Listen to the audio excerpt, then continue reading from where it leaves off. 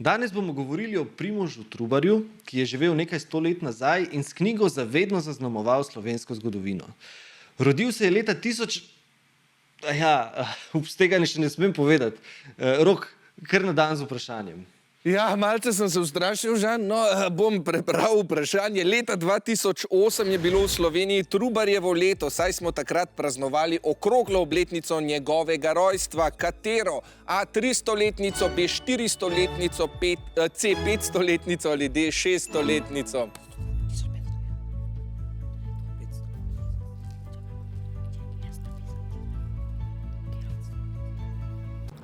Čas se izteka, obe ekipi menita, da 500-letnico.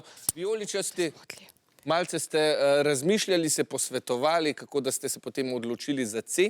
Ja, ne, zaračunali smo. Zaračunali ste, torej veste približno, kdaj se je rodil in ste potem računali. Žan, imajo prav. Primož Trubar.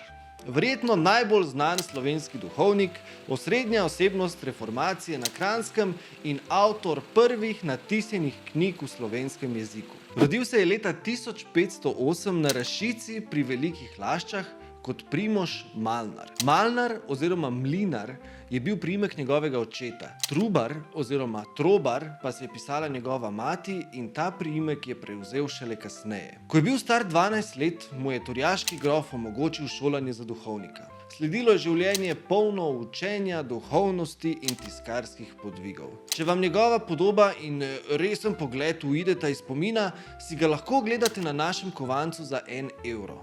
Na njem piše tudi stati inu obstati, kar pomeni nekakšen poziv k temu, naj se nekaj, kar komu predstavlja vrednoto, ohrani in nadaljuje. Te slavne besede je gospod Trubar zapisal v katekizem, prvo tiskano knjigo v slovenščini pri svojih 42 letih, skoraj 500 let nazaj.